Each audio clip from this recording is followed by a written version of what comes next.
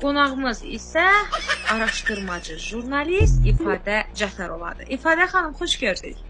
Xoş gördük Zəhra xanım, xoş gördük. Şahnigarı yox mu? Cəhnigarı. Hə, pul alan bütün hüquq mühafizə orqanlarına, prokuraturalara haram xoşunuz olsun. Burnunuzdan gəlsin.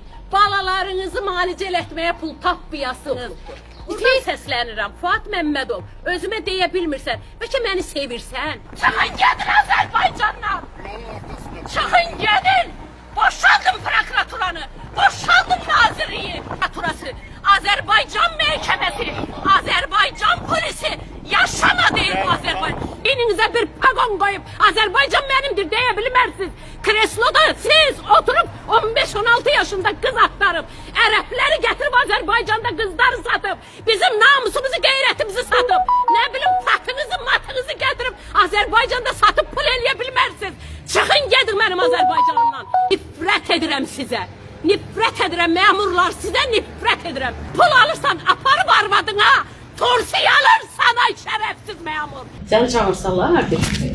Sana dedim ne almışsan bunu fıskırdalamayın. Lepdən 600 manat pulum al. Ştativ sen ona hediye almışsan. Karıpsə salim.